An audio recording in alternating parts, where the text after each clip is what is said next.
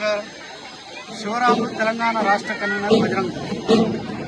తెలంగాణలో అత్యంత వైభవంగా ప్రతిష్టాత్మకంగా నిర్వహించబోతున్నటువంటి సమ్మక్క సారలమ్మక్క జాతర ఏదైతే ఉందో జనవరి 28, 29, 30 నాడు మినీ కుంభమేళలాగా జనాలు తండోపతండాలు భక్తులు వస్తూ ఉంటారు.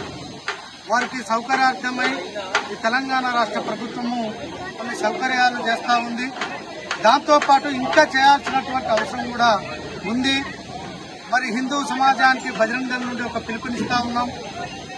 మీరు అమ్మవారికి చాలా పవిత్రంగా దైవంతో వస్తూ ఉంటారు, కానీ వచ్చే సమయంలో అమ్మవారికి నైవేద్యం చెల్లిస్తున్నటువంటి సమయంలో అమ్మవారిని వ్యతిరేకించడం దగ్గర ఈ అన్య మతస్థుల దగ్గర ప్రసాదాలు కానీ ఎటువంటి వస్తువులు తీసుకోవద్దని మరి బజరంగ దళ్ నుండి కోరుతా ఉన్నాం.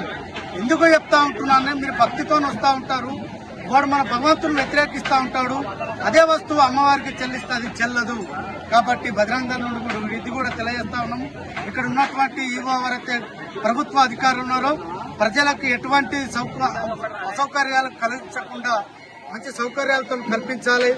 వైద్య విధానాలు ఇక్కడ తెప్పించాలి, చికిత్సాలయం, మరి తాగడానికి నీరు కానీ మరి యూరిన్కి సంబంధించినటువంటి అన్ని కూడా ఏర్పాట్లు చేయాలి.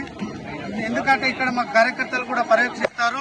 ఎక్కడైతే ఇక్కడ అన్య మతస్థుల పుస్తకాలు కానీ ఇతర మత పుస్తకాలు అమ్మడం జరిగితే ఖచ్చితంగా అడ్డుకుంటామని బజరంగ దళ్ నుండి హెచ్చరిస్తా ఉన్నాం. అందరికీ హిందూ సమాజానికి ముందుగా సమ్మక్క జాతర శుభాకాంక్షలు.